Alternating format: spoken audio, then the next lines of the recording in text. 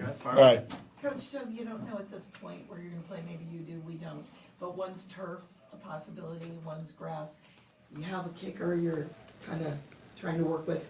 How do you do all that? Because I know you're, for detail, I mean, you've even gone to the Royals when there could be dirt there, so I know the turf is very important. That's a good question. How do you prepare when you aren't quite sure which kind of field you're going to be on? We're preparing for the grass right now. I'd be surprised if they move the game, from everything that I'm hearing, but I'm not in the know, but just rumors. So we're ready for the grass. If it's turf, it's turf. We'll be fine. It's not going to have an effect on Butker or the other kicker, which one it is, so it doesn't really matter. Do you have a feel for Butker? Yeah, he had a real good day yesterday. He came out and he kicked, and then the other kid did well too. So, we still got to wait and see. He's just a little sore today, so we're not going to kick him today. We're trying to get him ready for the game. So we're just going to listen to the trainers and whatever they say, we're going to do it. And it's going to come down right to the end until we have to make that decision who's going to be up and down. So you're not less optimistic about him now than you were at this time yesterday, even though he's not? I'm not less optimistic, no. It's a normal. I mean, he hasn't done anything, as far as kicking as much kicking as we did yesterday than he, for a while now. So that's why he's sore. Okay. It's not unusual for him to be sore from the workout we did yesterday. What tells you if you need to go with Matthew Wright that he'll do? Feedback from Butker.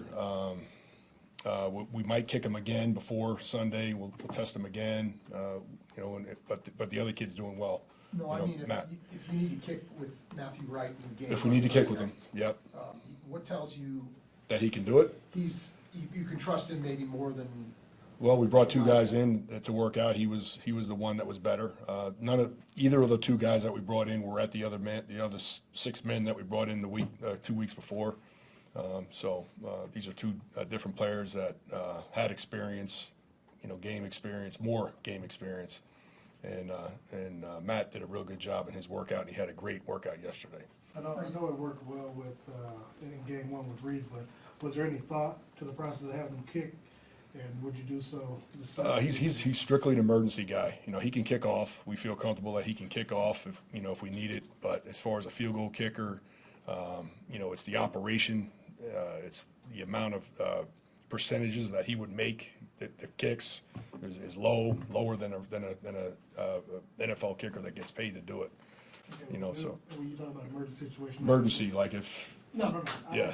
No, total emergency. My follow-up question was, you obviously had Sky Moore returning kicks as far as I know. I don't think he's done it in his career.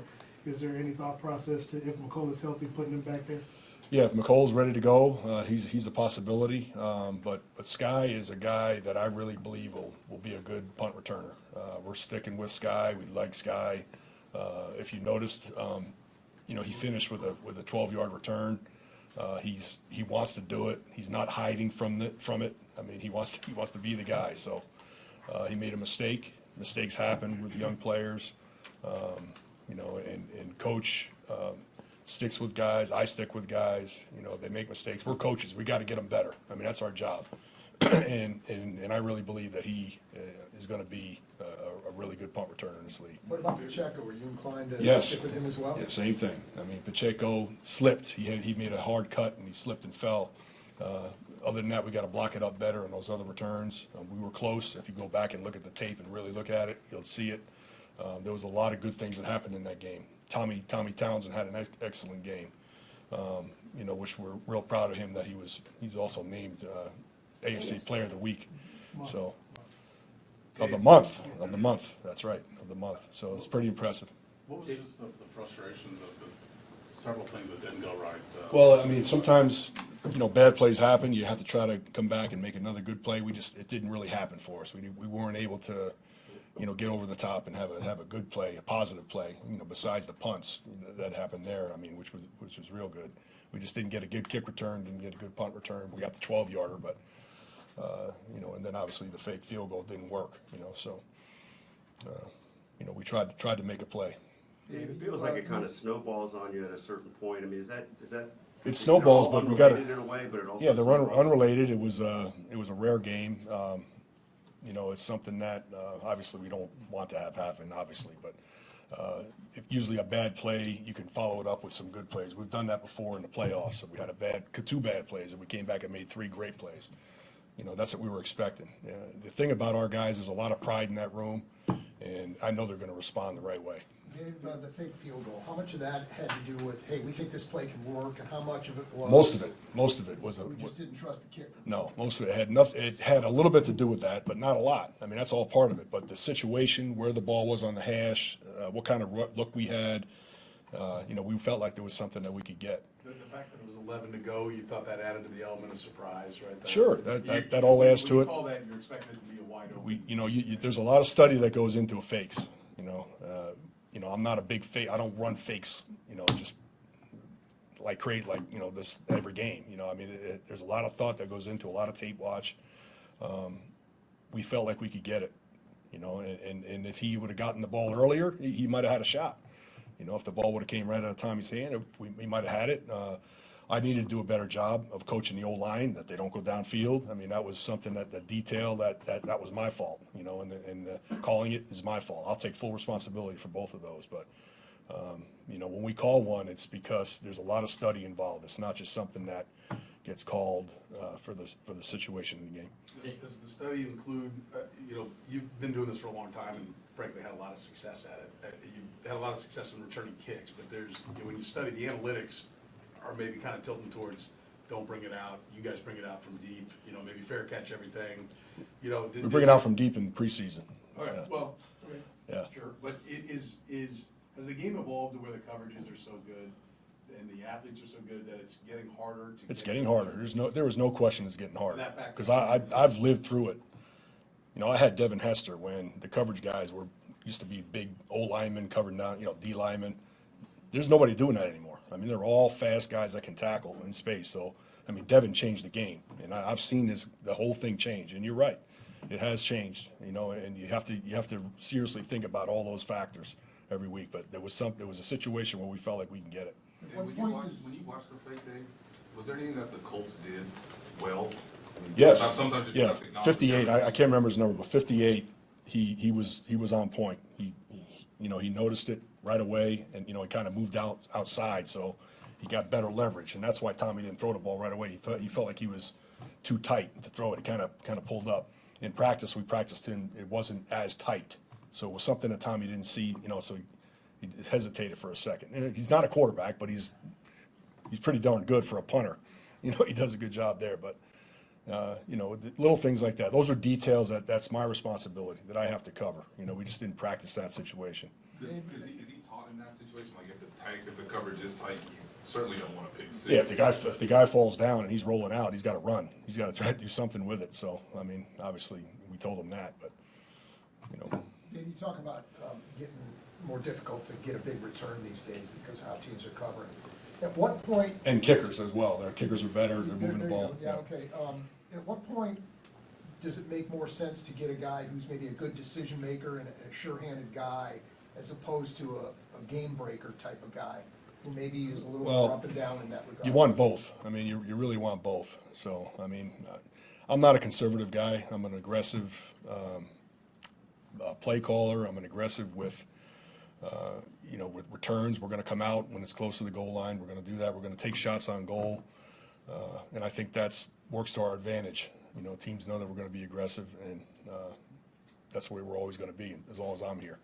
What have the conversations with Sky been like as far as just his confidence and using it as? Yeah, that's a big thing. Confidence is huge. And, you know, the fact that he came, you know, he was right there every time we were getting ready to punt, he was standing right next to me, couldn't wait. I mean, they were getting ready to punt. He was ready to go back in. So that tells me a lot. And then he was able to catch, you know, that last one and get 12 yards. And then practice was great all week. You know, we have confidence in him. He's a young player who's going to get better and better. Couple more, Sam. I just want to make sure that I'm not misunderstanding something. When you said you took responsibility for the play call, do you have the freedom of the decision to call the fake there? Well, I recommend it to coach. I mean, that's on me. That's the way I look at it. Coach will take responsibility for everything, right? But I'm telling you right now, I mean, I could take full blame on this one. All right. So, Scott, well, 'cause I don't think we spoke too much of the game, but What was his reasoning with the punt? Was it the sunlight? Because I know what the roof No, was. no, the roof and that had nothing, the thing being open had nothing to do with it. It was just a left-footed punter in a live situation. We don't have a left-footed punter that we practice all the time. I'm not trying to make all excuses for him, but it was a little bit of a bad ball read, and it got it kind of turned away from him a little bit late. He made the fair catch. Now it's just him and the ball. He's got to know that there's nobody else on the field, just him and the ball. And then That's the obviously- mentality he's got to have. Yeah, and obviously, it was, his first time doing it, hasn't returned it much. He probably knows people back at home are like, because, where the ball is, up at they score. What do you say to him when he comes back to the sideline to make sure that he's? Well, you don't want to crush his confidence, I mean, so you're going to pick him up, and guys, and our team does a good job with that. We have great leadership. It wasn't like we were going to lose the game right there at that point. I mean, it ended up, those kind of plays, when you lose a game, end up being magnified a lot more bigger than what they were. I mean, it was a big play, huge play in that game. We gave him confidence. But our guys picked him up. When he came to the sideline, they were all picking him up. Go ahead, Seren. Dave, do you have a hard and fast rule on where don't catch beyond this No, line? no, we don't. Do you have? Because is this here's why, we talked about this before, but the punters are so good now, when they can land the ball on the 5 and that thing could spin back, or it could spin, actually just dribble down and get on the 1, so it's not a steadfast rule now anymore because the punters are so good. Is it by It's game hang time. It's hang time and guys covering you. We want to try to either try to steal it or we want to try to make a fair catch. Even if it's on the 8 or 9, you're better off playing offense there than you are on the 1. So is it something that varies, like, hey, this guy's really good? Yes. Oh, yeah, Okay. sure. So, That's but game to There game. is an edict when you go out there for each game? No question. No question. Yeah, I saw you on the sideline right before the opening kickoff in Indianapolis. You were talking to Brian Cook. You just trying to calm him down after what happened against the Chargers? He had a great game last week. So, I mean, he's to be commended for that because he, had some blunders in that other game, and then he came back and he was one of our best guys last week. He played great. Do you remember talking to him? Uh, before the game? No, not really. I can't remember. Last one, Karen. Coach, just the honor for Tommy Townsend. How has he progressed, and why was this month, he was honored for? What is he doing that is really progressing him along? His consistency is really good. Like, you've seen some of his bombs before. Like, he'll hit a bomb and then maybe Right. not a great punt, and then his averages are not good. He's consistently putting good hang time, deep balls out there, and our coverage is getting down there, and we're covering them for him. And it's working well right now, but it's way early. I mean, it's way early. We only got 3 games in, and he's got to be consistent throughout the rest of the year to be better than he was last year. Thank you. All right? Thanks, Dave. Thanks, everybody. Thanks, guys.